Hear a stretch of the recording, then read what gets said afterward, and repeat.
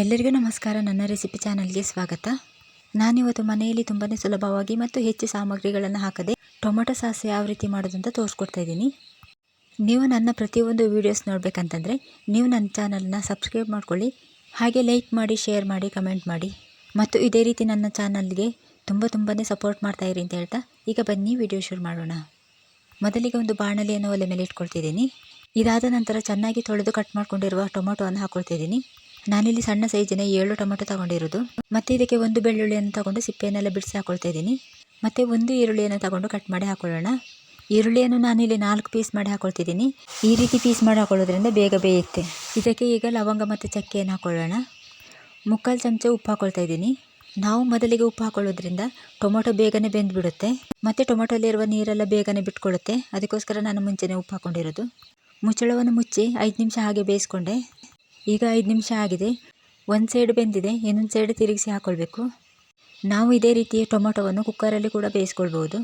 ಈಗ ನೋಡಿ ಪೂರ್ತಿಯಾಗಿ ತಿರುಗಿಸಿ ಹಾಕೊಂಡಾಯಿತು. ಟೊಮೆಟೊ ಹಣ್ಣಲ್ಲಿರುವ ನೀರೆಲ್ಲ ಬಿಟ್ಕೊಳ್ತಾ ಇದೆ. ಮತ್ತೆ ಇದಕ್ಕೆ ಒಂದು ಮುಚ್ಚಳವನ್ನು ಮುಚ್ಚಿ 5 ನಿಮಿಷ ಬೇಯಿಸ್ಕೊಳ್ಳೋಣ. ಟೊಮೆಟೊ ಬೇಯಲಿಕ್ಕೆ ತುಂಬ ಟೈಮ್ ಬೇಕಾಗೋದಿಲ್ಲ, 10 ನಿಮಿಷಕ್ಕೆಲ್ಲ ಬೆಂದುಬಿಡುತ್ತೆ. ಈಗ ನೋಡಿ ಪೂರ್ತಿಯಾಗಿ ಬೆಂದಿದೆ. ನಾನು ಇದನ್ನು ಮುಚ್ಚಳವನ್ನು ತೆಗೆದು ಹಾಗೆಯೇ ತಣ್ಣಗಾಗಲಿಕ್ಕೆ ಬಿಡ್ತಾಯಿದ್ದೀನಿ. ಈಗ ಒಂದು ಮಿಕ್ಸಿ ಜಾರ್ ತಗೊಂಡು ಬೇಯಿಸ್ಕೊಂಡಿರುವ ಟೊಮೆಟೊ ಹಾಕ್ಕೊಳ್ತಾ ಇದ್ದೀನಿ.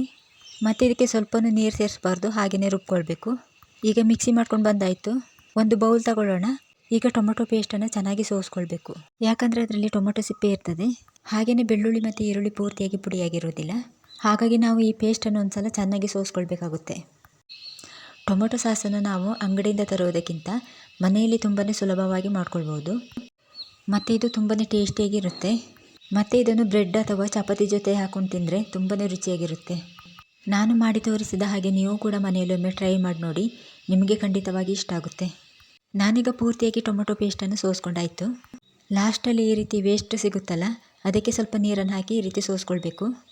ಮತ್ತು ನಾವು ಟೊಮೆಟೊ ಸಾಸ್ ಮಾಡ್ಕೊಳ್ಳೋದಕ್ಕೆ ಹೆಚ್ಚು ಸಾಮಗ್ರಿಗಳಿಲ್ಲದೆ ತುಂಬಾ ಸುಲಭವಾಗಿ ಮಾಡ್ಕೊಳ್ಬೋದು. ಮತ್ತು ಇದಕ್ಕೆ ಜಾಸ್ತಿ ನೀರು ಸೇರಿಸ್ಕೊಳ್ಬಾರ್ದು. ಜಾಸ್ತಿ ನೀರು ಹಾಕ್ಕೊಂಡ್ರೆ ಗಟ್ಟಿಯಾಗಲಿಕ್ಕೆ ತುಂಬ ಟೈಮ್ ಹಿಡಿಯುತ್ತೆ.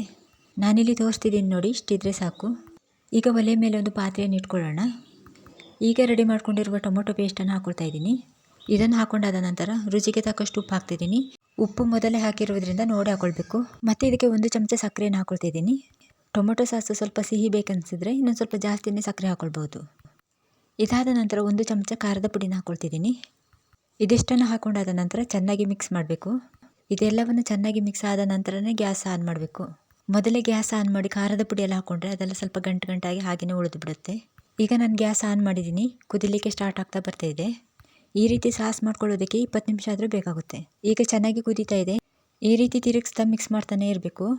ಸ್ವಲ್ಪ ಗಟ್ಟಿ ಆಗ್ತಾ ಅಡಿಗಡೆ ಎಲ್ಲ ಅಂಟ್ಕೊಂಡು ಬಿಡುತ್ತೆ, ಹಾಗಾಗಿ ತಿರುಗಿಸ್ತಾ ಇರಬೇಕು. ಈಗ ನೋಡಿ ಪೂರ್ತಿಯಾಗಿ ಗಟ್ಟಿ ಆಗ್ತಾ ಬರ್ತಾ ಇದೆ. ಇಷ್ಟು ಗಟ್ಟಿಯಾದ ನಂತರ ನಾನು ಗ್ಯಾಸನ್ನು ಆಫ್ ಮಾಡಿಕೊಂಡು ತಣ್ಣಗಾಗಲಿಕ್ಕೆ ಬಿಡ್ತಾ ಇದ್ದೀನಿ. ಇನ್ನೂ ಸ್ವಲ್ಪ ಗಟ್ಟಿ ಬೇಕಂತಂದರೆ 5 ನಿಮಿಷ ಇದೇ ರೀತಿ ಕುದಿಸ್ಕೊಳ್ಬೇಕು. ನನಗೆ ಇಷ್ಟು ಗಟ್ಟಿ ಇದ್ರೇ ಸಾಕು, ಯಾಕಂದರೆ ತಣ್ಣಗಾಗುವಾಗ ಇನ್ನೂ ಸ್ವಲ್ಪ ಗಟ್ಟಿ ಆಗುತ್ತೆ. ಈಗ ನೋಡಿ ಪೂರ್ತಿಯಾಗಿ ರೆಡಿಯಾಗಿದೆ. ಈಗ ಒಂದು ಬೌಲ್ ತಗೊಂಡು ಟೊಮೆಟೊ ಸಾಸ್ ಹಾಕ್ಕೊಳ್ತಾ ಇದ್ದೀನಿ. ಇದನ್ನು ಗಾಳಿ ಆಡದಂತೆ ಒಂದು ಬಾಕ್ಸಿಗೆ ತುಂಬಿಸಿಟ್ಕೊಂಡ್ರೆ 15ರಿಂದ 20 ದಿನದವರೆಗೆ ನಾವು ಉಪಯೋಗಿಸ್ಕೊಳ್ಬೋದು. ಈಗ ಟೊಮೆಟೊ ಸಾಸ್ ರೆಡಿ ಆಯಿತು. ನನ್ನ ಈ ರೆಸಿಪಿ ನಿಮಗೆ ಇಷ್ಟ ಆಗಿದ್ದರೆ ಮನೆಯಲ್ಲಿ ಒಂದು ಸಲ ಟ್ರೈ ಮಾಡಿ. ಹಾಗೆಯೇ ಇವತ್ತಿನ ವಿಡಿಯೋ ಮುಗಿಸ್ತಾ ಇದ್ದೀನಿ. ನನ್ನ ರೆಸಿಪಿ ನಿಮಗೆ ಇಷ್ಟ ಆಗಿದ್ದರೆ ಪ್ಲೀಸ್ ಸಬ್ಸ್ಕ್ರೈಬ್ ಮಾಡಿ, ಲೈಕ್ ಕೊಡಿ. ವಿಡಿಯೋ ಇಷ್ಟ ಆದರೆ ಶೇರ್ ಮಾಡಿ, ಕಮೆಂಟ್ ಮಾಡಿ. ಮುಂದಿನ ಹೊಸ ರೆಸಿಪಿಯೊಂದಿಗೆ ಸಿಗೋಣ. ಎಲ್ಲರಿಗೂ ಬಾಯ್. ಇಷ್ಟು ಹೊತ್ತು ನನ್ನ ವಿಡಿಯೋ ನೋಡಿದ್ದಕ್ಕೆ ಧನ್ಯವಾದ. Thank you.